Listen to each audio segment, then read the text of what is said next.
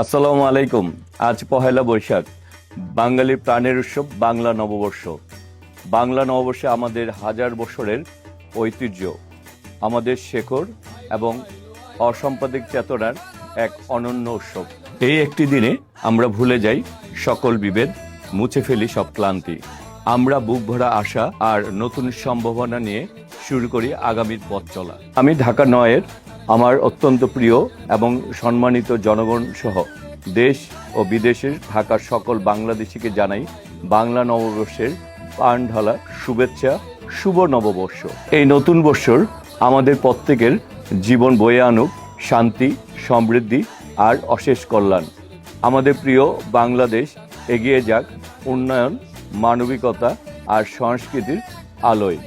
আসুন আমাদের নিজস্ব ঐতিহ্যকে ধারণ করে আমরা একটি সুন্দর, নিরাপদ, সমৃদ্ধ দেশ গড়ে তোলার নতুন শপথ নিই। আসুন নতুন বৎসরে নতুন প্রেরণায় আমরা সবাই মিলে গড়ে তুলি এক উন্নত ও মানবিক বাংলাদেশ। সবাইকে আবারও জানাই শুভ নববর্ষ। করব কাজ, গড়ব দেশ, সবার আগে বাংলাদেশ।